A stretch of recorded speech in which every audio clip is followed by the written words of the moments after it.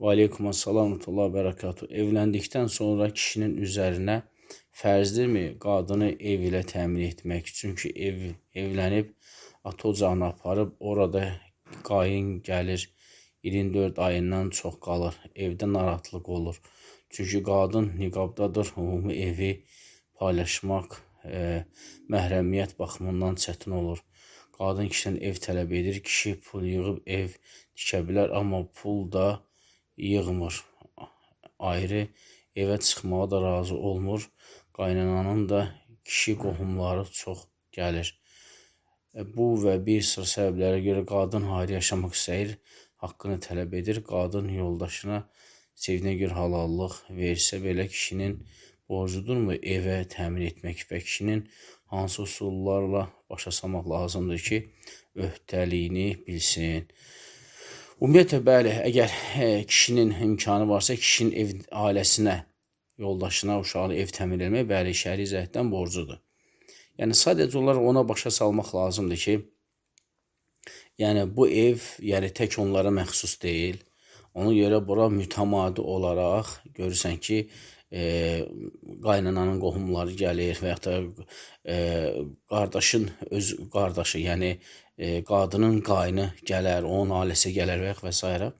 Yəni, bu da o deməkdir ki, o evdə də qadına rahatçılıq olmur. Çünki daimən niqabda gəz, hicabda gəz, yəni orada naməhrəm var, burada naməhrəm var, ora çıxma, bura çıxma. Yəni, bu həmçində qadını bir problemə də gətirib çıxara bilər. Çünki ora çıxma, bunu eləmə, ora girmə, bura gəlmə. Çünki qadın əslində çölə bayıra çıxanda hicab, niqab geyməlidir.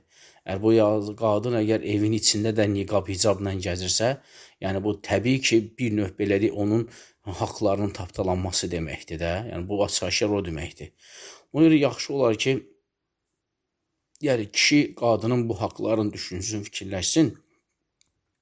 Yəni onun üçün ya kirayə çıxa bilirsə kirayə çıxsın, ya torpağı varsa ev tiksin, eləsin.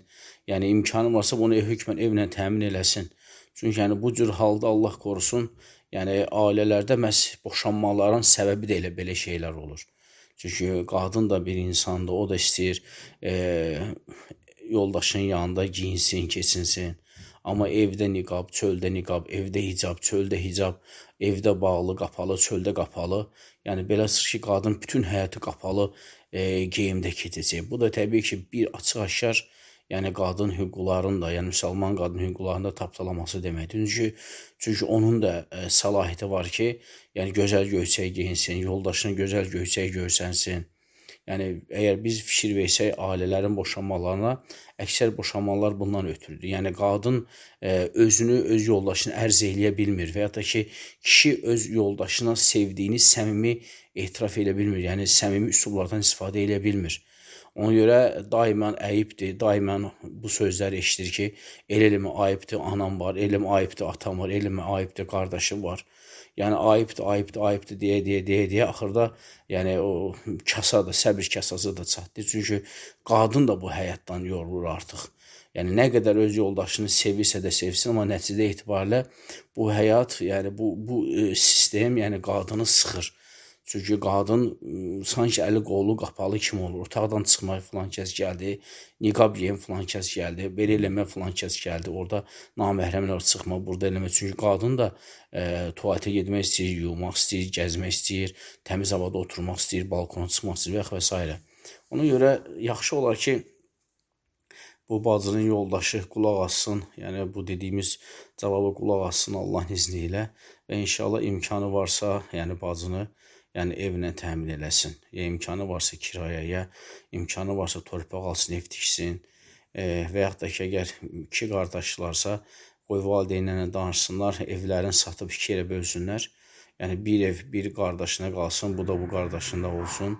Yəni iki ayrı ev alsınlar, yaşasınlar, yəni öz ailələrini ayırsınlar Allahın izni ilə. Allah müvəffəq eləsin.